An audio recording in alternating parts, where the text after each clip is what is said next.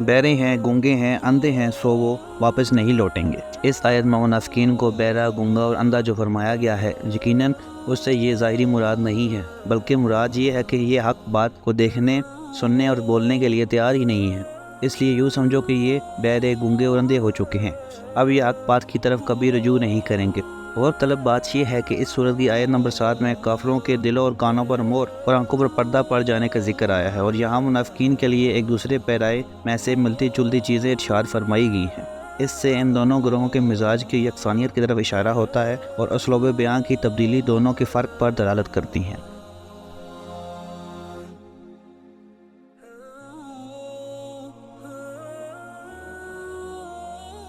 جیسے آسمان سے موسلادھار بارش برس رہی ہو جس میں اندھیرے ہوں اور بادل کی گرج اور بجلی کی چمک ہو، وہ بجلی کی کڑک سے موت کے خوف زدہ ہو کر اپنی انگلیاں اپنے کانوں میں ڈال لیتے ہیں، اور اللہ کافروں کا احاطہ کیے ہوئے ہے۔ اس آیت میں منافقین کے لیے ایک اور مثال بیان کی گئی ہے جسے پڑھ اور سن کر ہر شخص معلوم کر سکتا ہے کہ اگر منافقت اس چیز کا نام ہے تو یہ واقعی قابل رحم ہے۔ مثال یہ ہے کہ اندھیری رات ہو، بادل گرج رہے ہوں، بجلی چمک رہی ہو، بادلوں کے گرج اس قدر شدید ہو کہ انسان کو اپنے کانوں کے پردے پھٹتے ہوئے محسوس ہو رہے ہوں، انسان ڈر کے مارے کانوں میں انگلیاں ٹھونس لے کہ کہیں آواز کی شدت سے کلیجہ پھٹ کر موت ہی نہ آ جائے۔ اس پر مزید یہ موسلادھار بارش شروع ہو جائے، اس میں دیکھا جاتا ہے کہ انسان گھبرا جاتا ہے۔ اس کے بعد کی کیفیت اگلی آیت میں بیان کی گئی ہے۔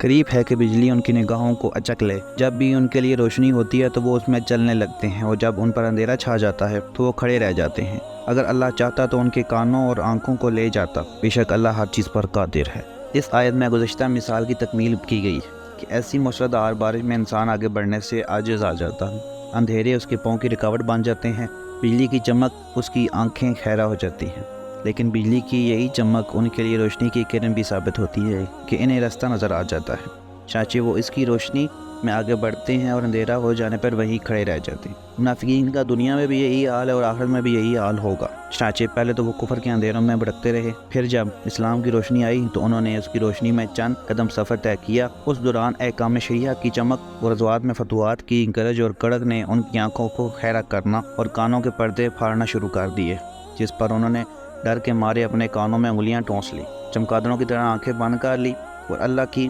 مشیت ہوتی تو اللہ کی ان کی قوت سامع اور باصرہ کو ہی ضائع کر دیتا۔ یوں وہ اندھیروں میں پڑے رہ گئے۔ آخرت میں بھی ایسا ہی ہوگا کہ وہ مسلمانوں کی روشنی اور انوار سے فائدہ حاصل کرتے ہوئے آگے بڑھتے جا رہے ہوں گے، لیکن مسلمانوں کی تیز رفتاری کو دیکھ کر انہیں آہستہ چلنے کے لیے کہیں گے۔ وہ انہیں پیچھے سے روشنی لانے کی تجویز دیں گے۔ منافقین جب پلٹیں گے تو ان کے اور مسلمانوں کے درمیان ایک دیوار قائم ہو جائے گی، منافقین اندھیرے میں کھڑے رہ جائیں گے۔